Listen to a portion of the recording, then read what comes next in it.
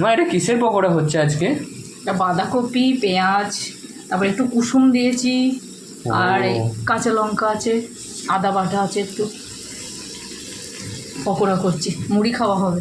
মুড়ি দিয়ে খাওয়া হবে? হ্যাঁ বর্ধমানের লোকেরা মানে আমাদের ওই দিকের লোকেরা হ্যাঁ। কি মুড়ি বেশি খায়? কারণ আমাদের অনেক ক্লাসমেটরা মানে বলে যে ওরা মুড়ি খায় না, আমরা বর্ধমানের লোকেরা, বাঁকুড়া, পুরুলিয়া এই ধরনের লোকেরা বেশি মুড়ি খায়। না না, মুড়িটা সবাই খায় সন্ধেবেলায়। সবাই খায় না, হয়তো কেউ কেউ পছন্দ করে না, কিন্তু মুড়িটা খায় বেশিরভাগ লোকেরাই মুড়িটা খায়। আমাদের তো ভালোই লাগে মুড়ি। আমার ভালো লাগে না।